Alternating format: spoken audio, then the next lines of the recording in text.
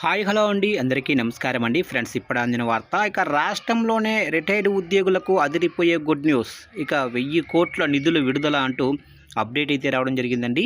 అయితే ఇందుకు సంబంధించిన పూర్తి వివరాలు అయితే మన వీడియోలో తెలుసుకుందామండి. వీడియో మాత్రం పూర్తి వరకు చూడండి ఫ్రెండ్స్, అప్పుడే మనకి పూర్తి సమాచారం అయితే తెలుస్తుంది. లేట్ చేయకుండా టాపిక్లోకి వెళ్ళిపోదాము. ఇక రాష్ట్రంలోనే ప్రభుత్వ ఉద్యోగులు పదవీ విరమణ చేసిన వారికి ప్రభుత్వం అదిరిపోయే తీపి కబురు అందించింది. గత కొంతకాలంగా పెండింగుల్లో ఉన్న బకాయిల విడుదలకు గ్రీన్ సిగ్నల్ ఇస్తూ ఏకంగా 1000 కోట్ల నిధులను విడుదల చేసింది. ఈ మేరకు రాష్ట్ర ఆర్థిక శాఖ కీలక ఉత్తర్వులు జారీ చేసింది. చాలా కాలంగా పెండింగుల్లో ఉన్న రిటైర్డ్ ఉద్యోగుల జీపీఎఫ్ బకాయిలను ప్రభుత్వం పూర్తిగా క్లియర్ చేసింది. 2025 అక్టోబర్ వరకు పేరుకుపోయిన అన్ని బకాయిలను ఒకేసారి విడుదల చేయడంతో వేలాది మంది మాజీ ఉద్యోగుల కుటుంబాల్లో ఆనందం వ్యక్తమవుతుంది. ఆర్థిక ఇబ్బందుల దృష్ట్యా ఆగిపోయిన ఈ నిధులు ఇప్పుడు నేరుగా వారి ఖాతాల్లోకి చేరనున్నాయి. ఇక బకాయిల విడుదలతో పాటు భవిష్యత్తులో చెల్లింపు ప్రక్రియను మరింత వేగవంతం చేసేందుకు ప్రభుత్వం నిర్ణయించింది. ఇందులో భాగంగా ప్రతి నెలా చేసే చెల్లింపుల పరిమితిని మరో 1000 కోట్లకు పెంచుతూ ఆర్థిక శాఖ నిర్ణయం తీసుకుంది.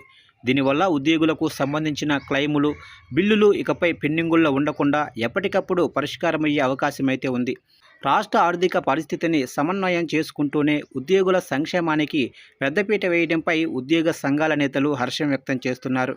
బకాయిల విడుదల నిర్ణయం ఉద్యోగుల్లో కొత్త ఉత్సాహాన్ని నింపుతోందని వారు పేర్కొన్నారు. కాగా రిటైర్డ్ ఉద్యోగుల బకాయిల చెల్లింపుల్లో జాప్యంపై ఇటీవల తెలంగాణ హైకోర్టు తీవ్ర ఆగ్రహం వ్యక్తం చేసింది.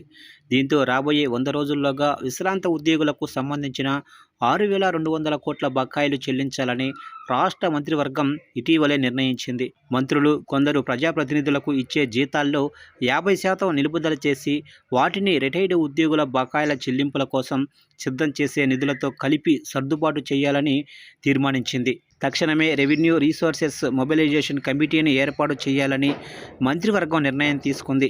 ఈ క్రమంలోనే ఉద్యోగుల పెండింగ్ బకాయిలను విడుదల చేయటం ప్రాధాన్యతను సంతరించుకుంది.